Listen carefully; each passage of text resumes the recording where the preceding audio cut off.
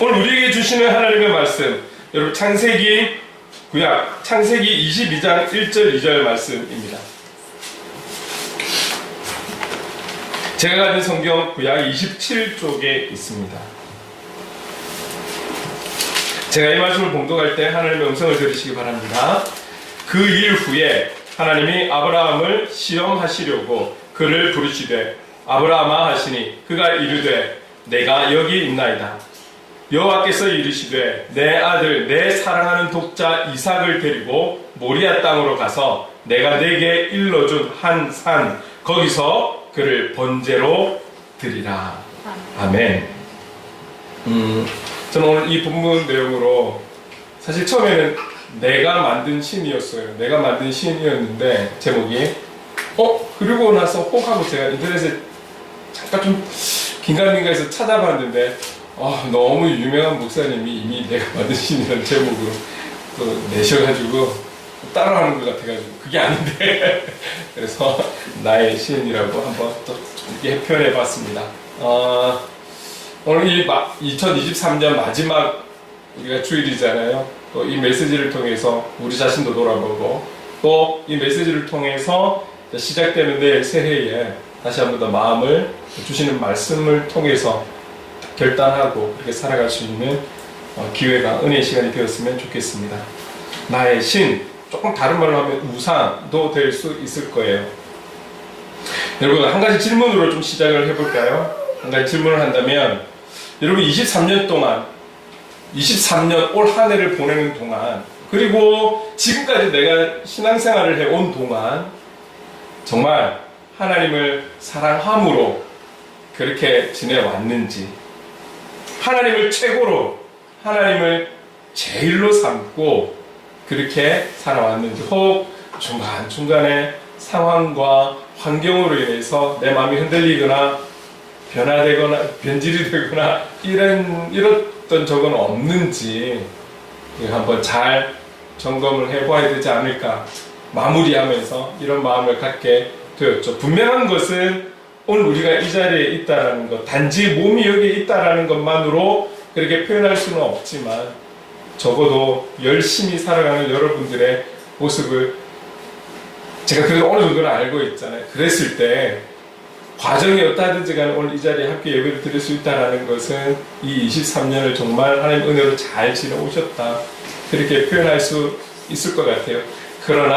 그럼에도 여러분들의 그 마음 깊은 곳은 어느 누구도 알 수 없기 때문에 여러분들의 마음의 깊은 곳에 정말 내가 이 한 해를 살아오면서 그리스도인으로 살아오면서 하나님 최고로 하나님 제일로 살아왔는지 어떤 상황에도 환경에도 변치 않고 이 모습으로 살아왔는지를 점검하는 자세는 정말 중요하다 이렇게 말씀을 드리겠습니다.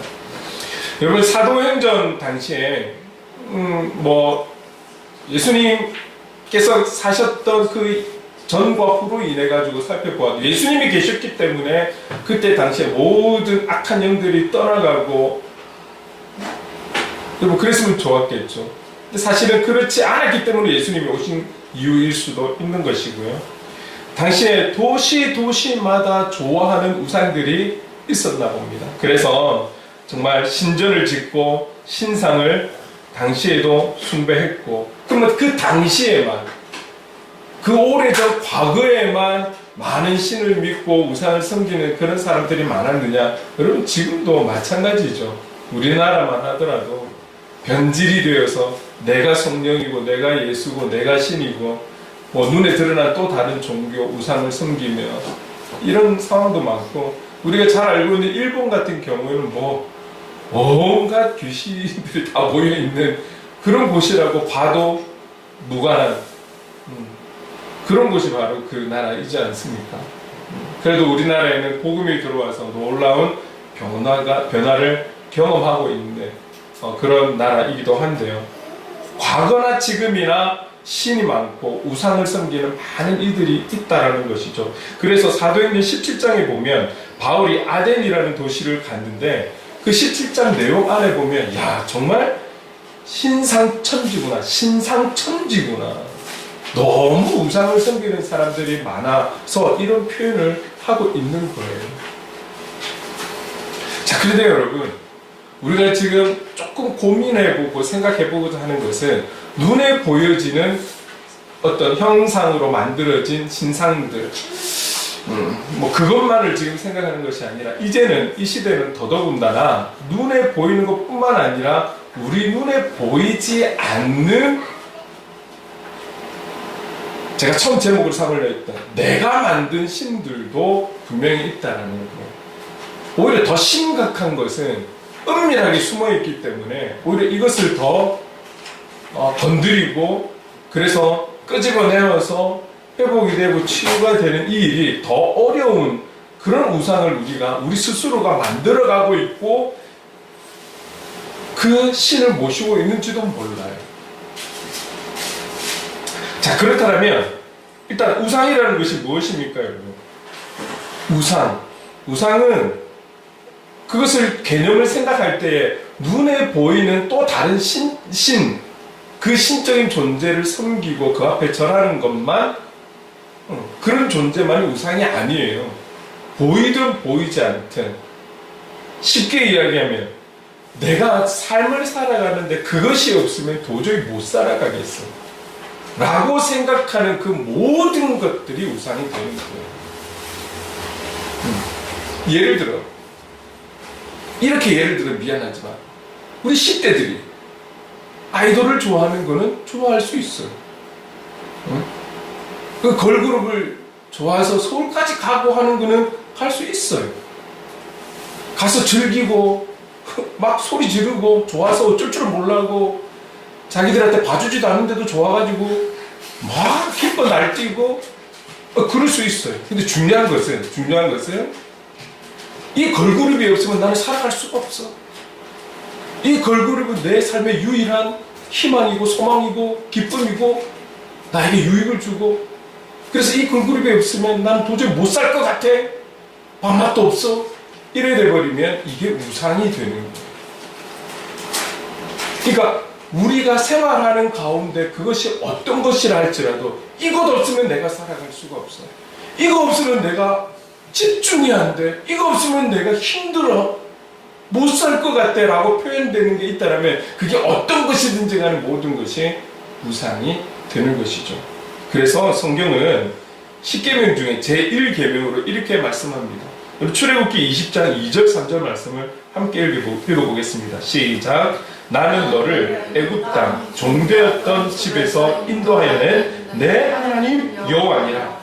너는 나 외에는 다른 신들을 내게 두지 말라. 다른 신들을 너에게 두지 말라라고 분명하게 말씀하고 있어요. 그러면 여기서 말씀하고 있는 다른 신들은 무엇을 이야기하는 것일까요? 도대체 다른 신들에 대한 영역은 어디까지일까요? 라고 생각하신다면 그 뒤에 바로 답을 주고 있습니다. 출애굽기 20장 4절 5절 말씀 이 또한 함께 읽겠습니다. 시작.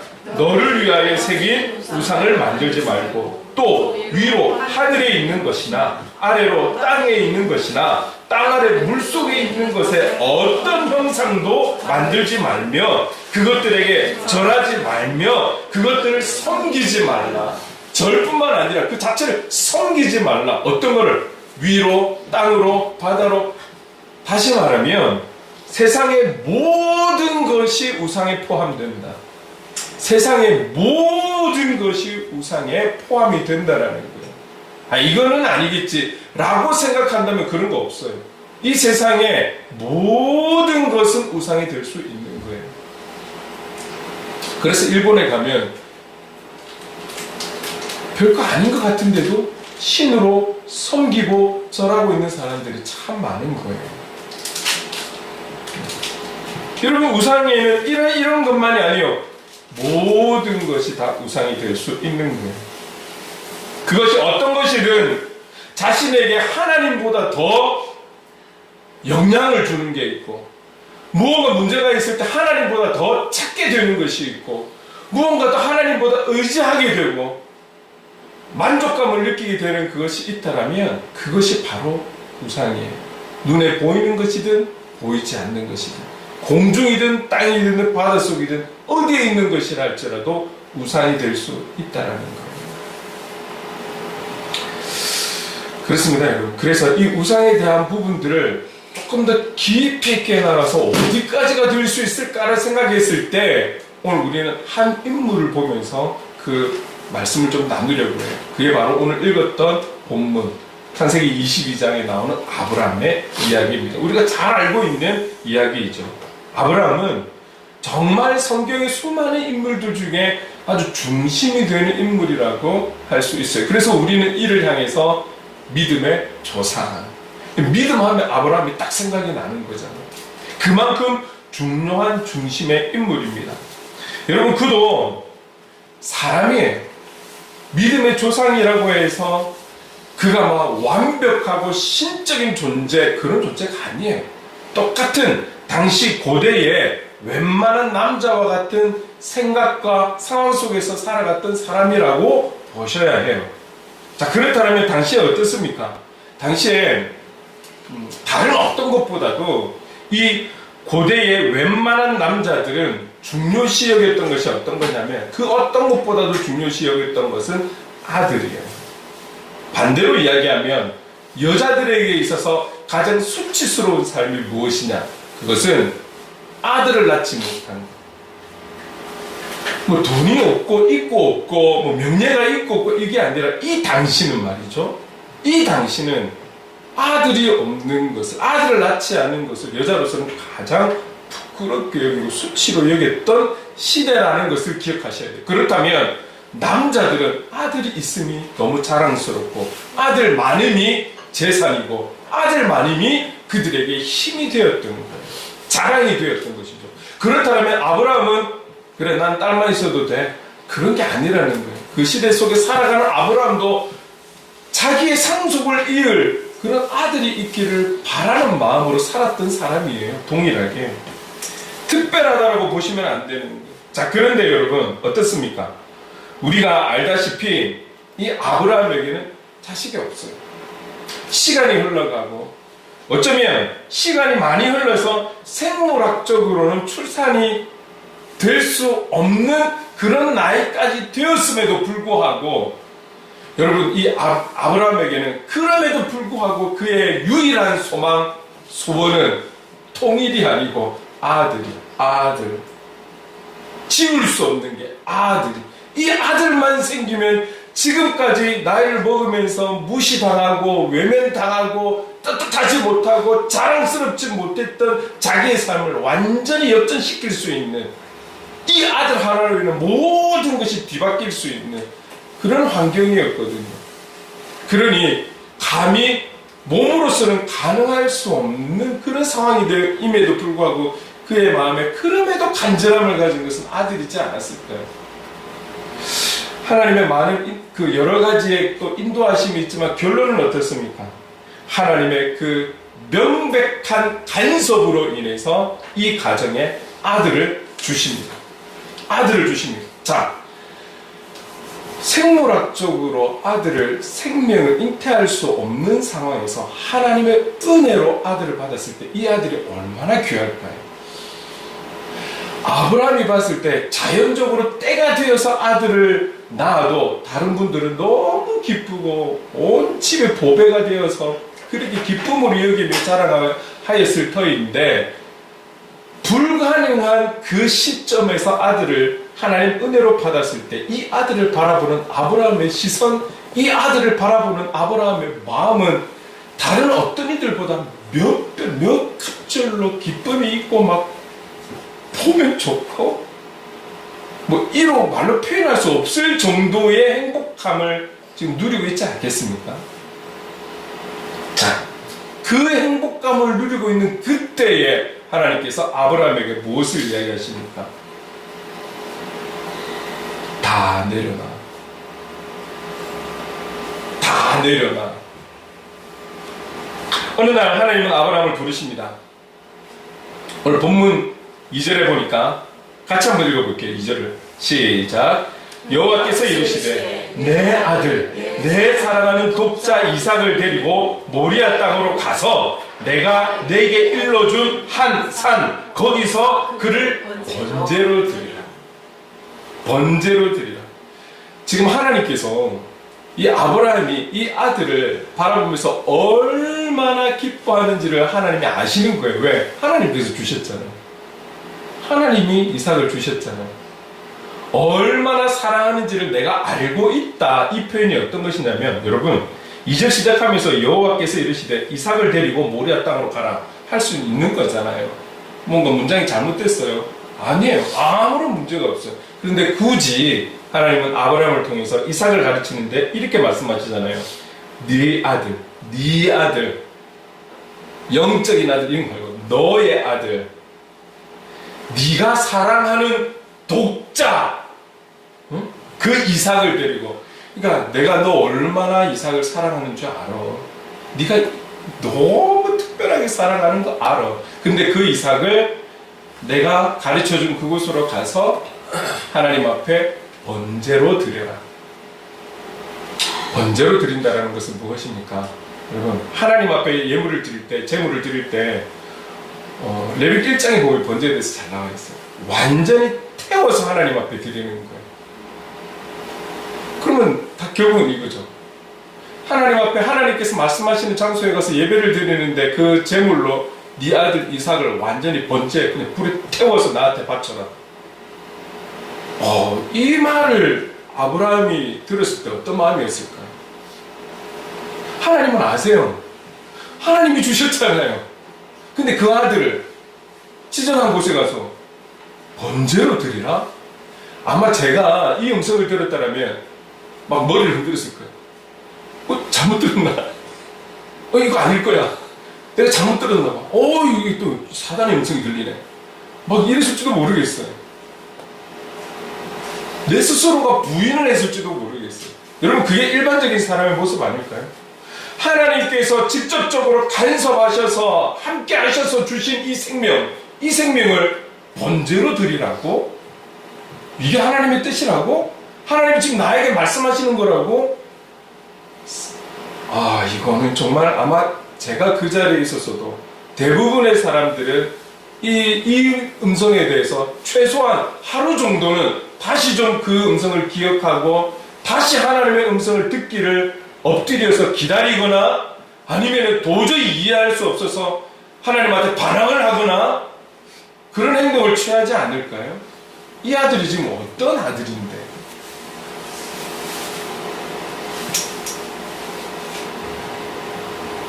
여러분, 제가 이와 똑같은 상황은 아닌데요. 저도 여러 도시에서, 여러분, 적어도 제가 7도시에서 살았어요. 그 하나님의 인도하신 것 아무것도 가진 것 없으면서 전도사 때부터 전임에 이르기까지 다 지금 말할 수 없지만, 여러분, 제가 하나님의 은혜로 정말 제 스스로는 이룰 수 없는 결과물을 얻은 부분들이 있어요. 그 이제 제가 이제 위에서 성남시발통대 학교에 있을 때 진짜 기뻐 날뛸 정도로 좋았어요. 제가 공부한다고 뭐 이렇게 아무튼 돈을 빌리고 대출한 이런 모든 것을 내가 기뻐하고 내가 제일 잘할 수 있고 내가 즐겁게 할 수 있는 것들로 빨리 벌 수 있도록 하나님께서 기회를 주시고, 그리고 부산의 촌뜨기 같은 제가 나이 들어가지고 하나님 은혜로 쉽게 아무나 갈 수 없는 곳으로 제가 합격에 갔을 때 정말 하나님의 은혜였거든요. 들어가서 출근 제대로 못하고 하나님께서 조치원으로 보내셨어요. 갔어요. 이제 그 뒤에 시름시름, 이유 없이 시름시름 아내하고 한 달 정도를 되게 힘들게 보낸 적이 있어요. 그 마음을 알 것 같아요. 이거 하나님 은혜로 내가 합격했지 내 실력과 내 기술과 내 능력이 아닌데, 그런데 하나님은 그것을 내려놓으라고 하셨을 때 저 그거 잘못 들은 줄 알았어요. 근데 내려가서 몇 개월 있다가 하나님 이렇게 역사하셨구나 라는 것을 고백할 수밖에 없었겠지만, 근데 여러분, 지금 그 어떻게 낳은 아들인데 이 아들을 지금 잘 성장하고 있는 이때 나한테 그것도 번제로 바쳐라.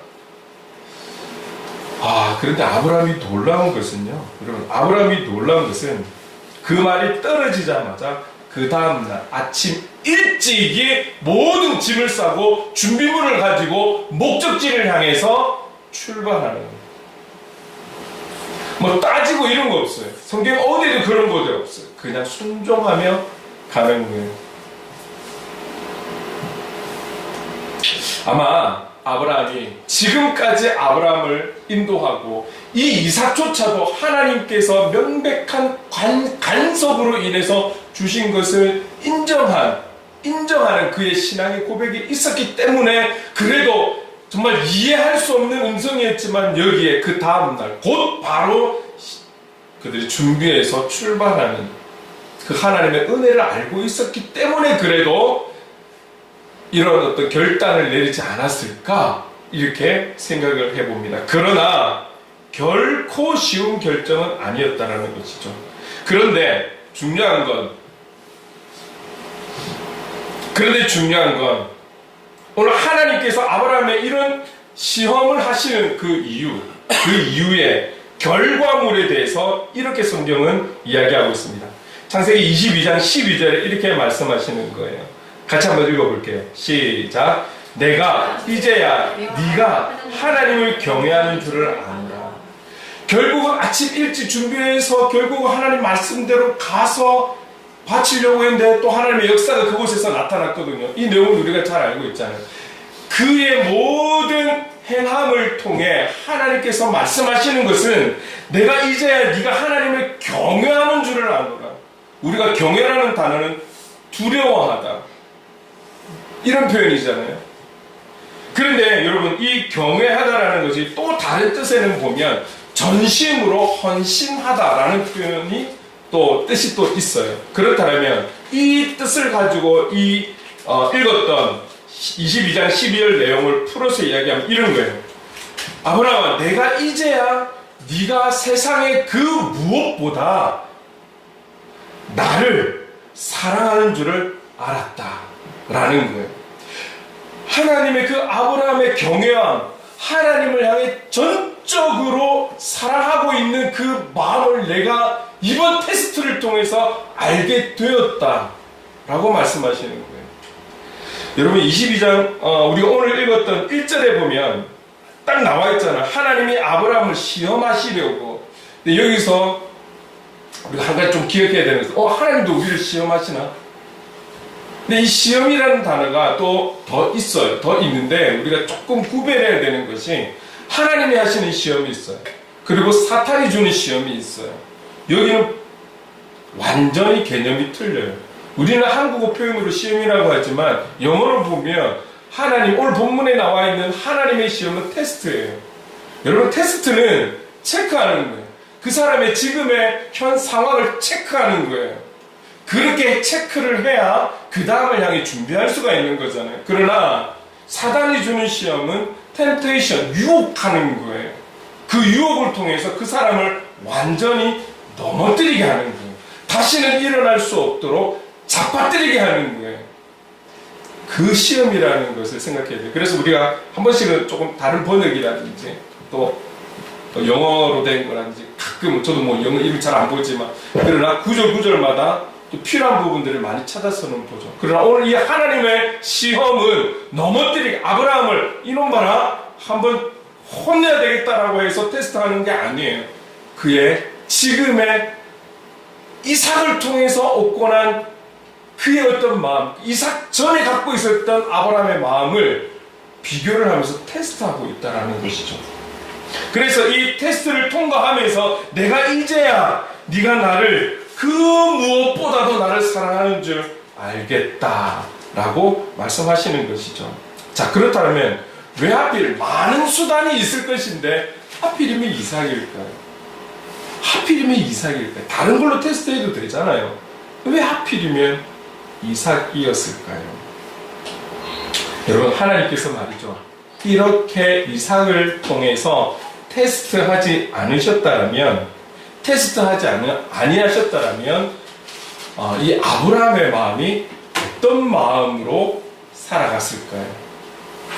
끝까지 하나님 바라보며 하나님 의지하며 끝까지 하나님 편에서 그렇게 잘 살아갔을까요? 아니면 이 이삭으로 인해서 그의 마음이 홀라당 빼앗겨서 이전에 하나님 제일주의, 하나님을 최고로 여겼던 그가 이 아들을 향해서 마음이 살가면서 이 아들을 의지하고 이 아들을 기대하고 이 아들을 소망하고 그렇게 살아가지는 않았을까요?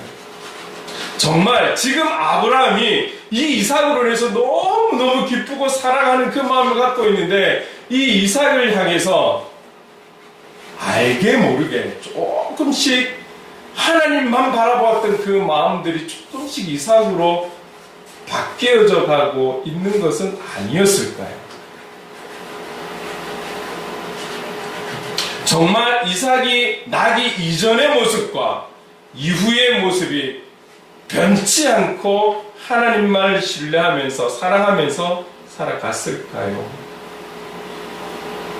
그래서 여러분, 제가 서두에 여러분에게 질문 드린 것, 이 23년도를 살아오면서 또는 우리가 그리스도인으로 살아오면서 정말 하나님 제일주의로 하나님 중심으로 우리가 사랑하며 그렇게 살아왔는지를 우리가 점검하자라는 거예요. 그래서 질문을 드린 거예요. 어느 누구도 몰라요. 어느 누구도 몰라요.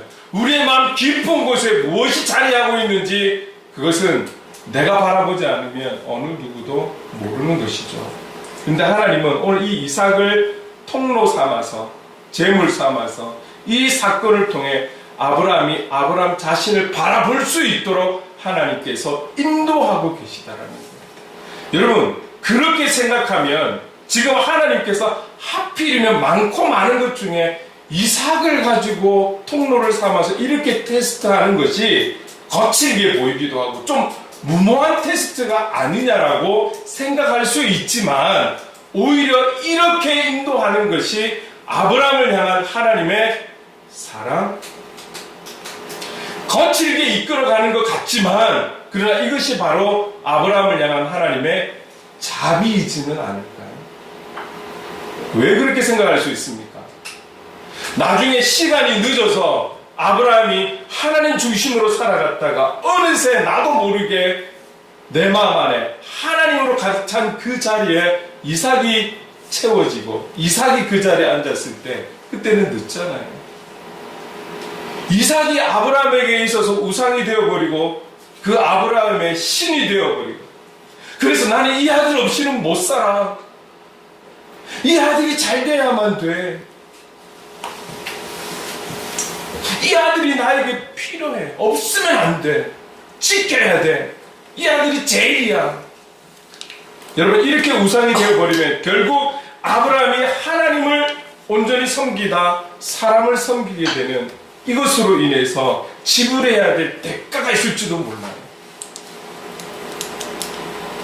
하나님을 등지고 결국 이삭을 바라보게 되는 그 아브라함을 미리 이 테스트를 통해서 아브라함 스스로를 돌아볼 수 있도록 점검할 수 있는 그 하나님의 인도하심, 자비하심, 다시 말하면 아브라함을 향한 그리고 이삭을 향한 하나님의 사랑인 거예요.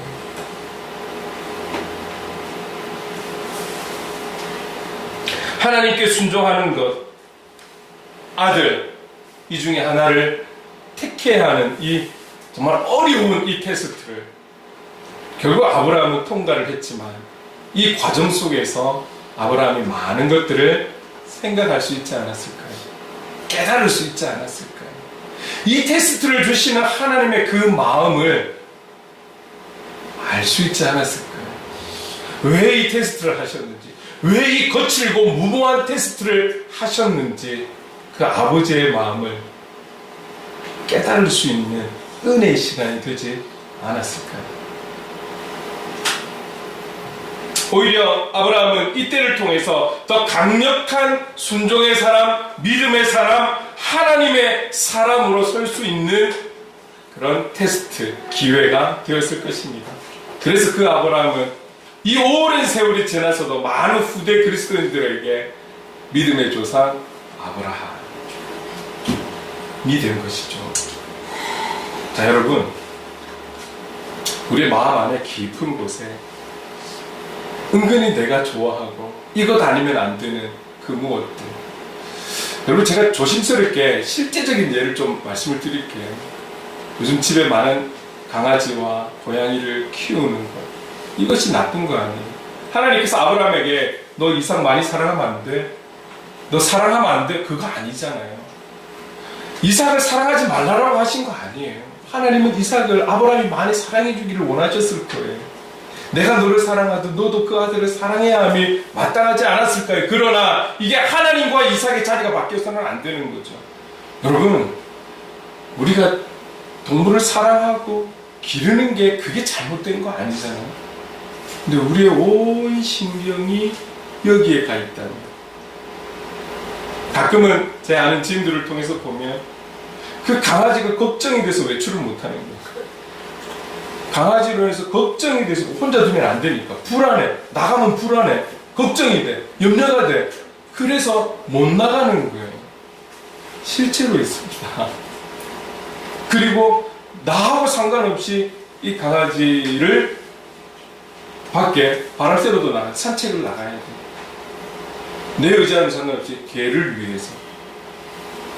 먹는 것도 웬만한 사람들보다 더 좋은 거 먹여야 돼.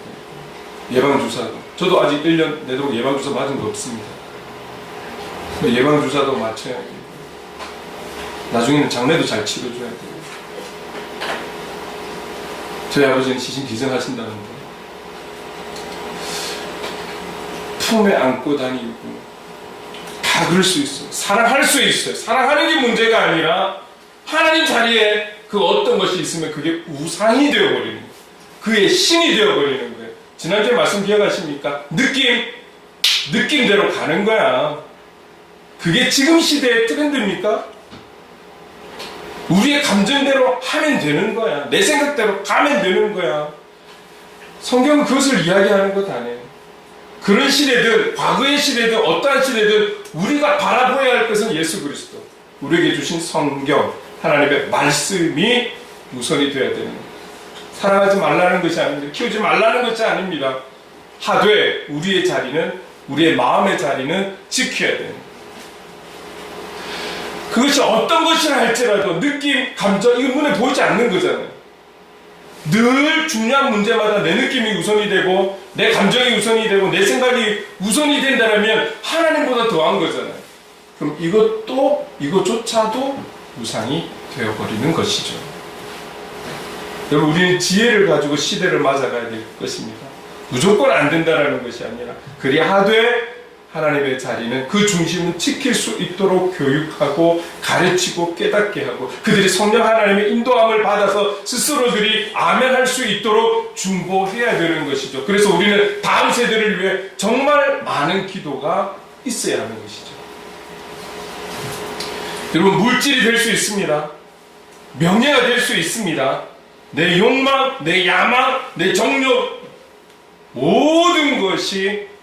이 모든 것이 눈에 보이지 않는 이런 것들이 하나님보다 우선시 된다면, 정말 필요한 때 그분을 찾지 않고 이것에 의지한다라면 그것이 어떤 것이든 나의 우상이 될 수 있고 내가 만든 신이 될 수 있는 것입니다. 지금 시대는 딱히 눈에 보이는 어떠함보다 보이지 않는 이런 부분들이 더 무서운 신으로 자리하고 있는 것이죠. 여러분, 예수님도 하나님의 부르심을 받고 처절하게 씨름하셨다는 거 잊지 마십시오. 결국은 십자가를 지시기 전에 겟세마네 기도에서 그 예수님께서 처음 내뱉은 말이 무엇이었습니까? 여러분, 그는 옮겨달라고, 내가 져야 될 이 십자가를, 이 어떤 상황들을 옮겨달라고까지 기도하셨지만 결국은 순종하셨죠. 그래서 여러분, 그는 십자가를 지셨습니다. 그 십자가를 지심으로 인해서 온 인류는 구원이라는 놀라운 선물을 받게 된 것이죠. 아브라함이 이 순종으로 인해서 하나님 세우셔서 믿음의 조상이 된 것처럼 여러분, 우리는 24년도를 이제 살아갈 것입니다. 지금까지도 하나님 은혜를 견뎌왔지만 24년도에도 또 알 수 없는 여러 가지 또 어떤 고난과 어려움들이 있을지 모르겠습니다. 왜냐하면 지금 눈에 보이는 시대적인 경제나 이런 부분들은 너무 어렵기 때문에 그렇습니다. 이 부분이 우리는 피해가는 건 아니죠. 우리에게도 다 와요. 그리고 우리가 지금 이제 곧 1월에 또 요한복음으로 돌아가겠지만 요한복음 16, 17장을 통해서 우리에게 계속 말씀하시는 것은 우리가 그리스도인이기 때문에 세상 사람들에게 받는 핍박, 미움, 어려움도 있을 거라고 분명히 말씀하셨어요. 우리가 그리스도인답게 살아가려고 애쓰는 만큼 몸부림치는 것만큼 영적인 방해도 있을 것입니다. 있을 것입니다. 오늘 그러나 그럼에도 불구하고 오늘 이 아브라함의 결단이 저와 여러분에게 있기를 간절히 소망합니다. 이 아브라함의 이 믿음이 저와 여러분의 믿음이 될 수 있기를 소망합니다. 그렇다면 어떤 환경이든 어떤 내적인 영적 전쟁이든 간에 이 믿음이 있고 이 결단이 있을 때, 이 다짐이 있을 때 최근에 우리가 나눴던 것처럼 하나님이 주시는 마르지 않는 샘과 같이 기쁨을 주실 줄로 믿습니다. 그 어떤 환경도 어떤 일도 어떤 관계도 우리에게 줄 수 없는, 방해할 수 없는 그런 큰 은혜가 하나님께서 우리에게 허락해 주실 줄로 믿습니다. 그 기쁨을 누리고 살아가게 될 줄로 믿습니다. 그리고 내년 이때에 와서 우리는 또 고백할 것입니다. 하나님 주신 기쁨으로 이 1년을 살았노라.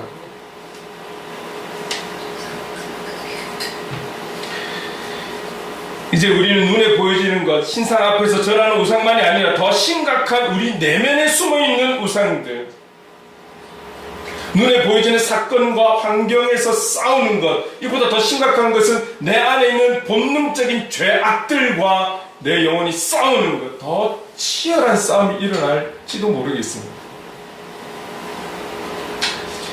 우리 내면에 숨어있는 우상들 하나하나를 발견하고 이 모든 것을 주님 앞에 드러낼 때 주님은 일하실 줄로 믿습니다.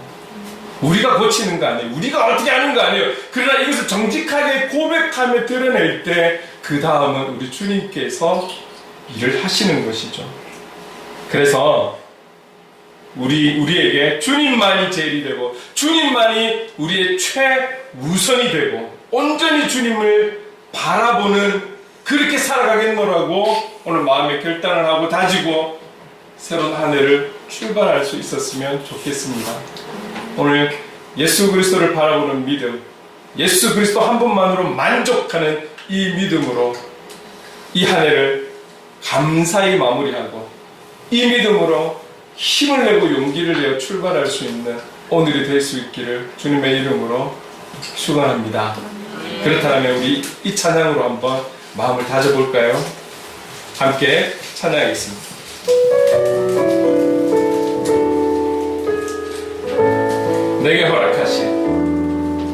내게 허락하신 시련을 통해 나의 믿음 더욱 강하게 자라나고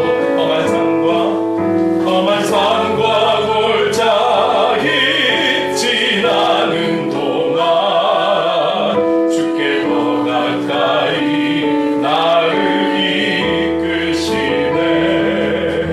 내가 겪는 시험이 어렵고 힘겨워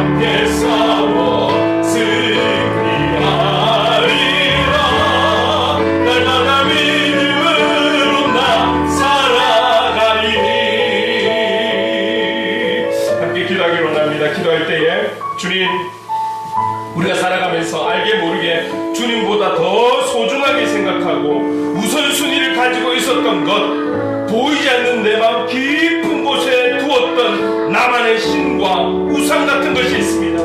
세상 속에서 살아가야 하기에 더 귀하게 여긴 것이 있습니다.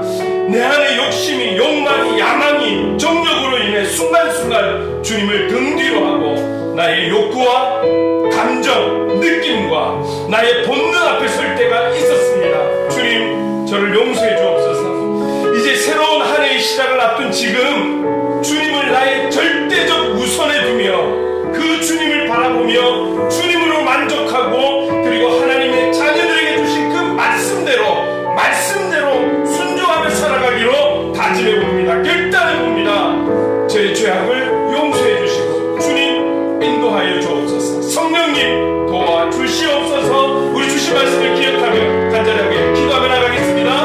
사랑하는 많으신 하나님 아버지, 감사합니다. 오늘 하나님 아버지, 아브라함의 모습, 하나님 아버지, 그리고 시대적인 하나님 아버지 모습을 통해 중요한 것은 우리 자신을 돌아보기를 원합니다. 눈앞에 보여주는 우상도 문제이지만 깊숙이 숨어있는, 내 안에 숨어있는 하나님 아버지, 내가 들여다보지 않으면 알 수 없는 그 하나님, 내가 만든 신이, 내가 원하는 신이, 내가 하나님 아버지 만들어가고 있는 그 우상이 없는지, 하나님보다 귀하게 여기고 하나님보다 우선이 되고 하나님보다 더 살아가며 하나님보다 더 내가 영향을 받고 있는 것이 있다면 그것이 바로 내가 만든 신일 것인데, 내 안에 하나님 아버지 우상일 것인데, 주님, 우리는 23년 하나님 은혜로 지내왔고 그 은혜로 23년 살아가기로 합니다. 이 우상 앞에, 이 내가 만든 신 앞에 우리가 하나님 아버지 온전히 주님 우리 모두 정직하게 고백하며 내어놓고 하나님은 모으심을 구하며 나갑니다. 그래서 이 모든 우상을 예수 이름으로 하나님 아버지 벗어버리고 우리 안에 주님으로 충만한, 오늘 아브라함이 선택한 그 믿음, 예수 그리스도를 믿는 믿음, 예수 그리스도를 믿는 그 믿음으로 살아가기를 결단하며 다짐하며 나갈 수 있는, 그리고 새해를 출발할 수 있는 우리가 될 수 있기를 원합니다. 성령 하나님 아버지 도와주옵소서. 아브라함의 믿음이 우리의 믿음이요, 오늘 다윗의 그 고백의 찬양이 우리의 찬양의 삶이 되어서 하나님의 뜻을 이루고 하나님 어떤 환경과 여건과 관계 속에서 이룬 속에서도 우리는 영적으로 승리하며 아버지의 뜻을 이루며 나가는 참된 그리스도인이 될 수 있도록 주님 인도하여 주시옵소서. 주님, 우리 힘으로는 힘듭니다. 그래서 성령님 도와주셔야 합니다. 성령님 우리를 붙들어 주셔야 합니다. 우리를 인도해 주셔야 합니다. 하나님 도와주시옵소서. 사랑해 주님 감사합니다. 우리 안에 내가 만든 신, 우상이 있고 깊이 숨겨두었던 나만의 우상이 있었기에 온전히 주님을 찬양할 수 없었고 온전한 삶의 예배자로 살아갈 수 없었음을 고백합니다. 아브라함의 믿음이 우리의 믿음 되기를 원합니다.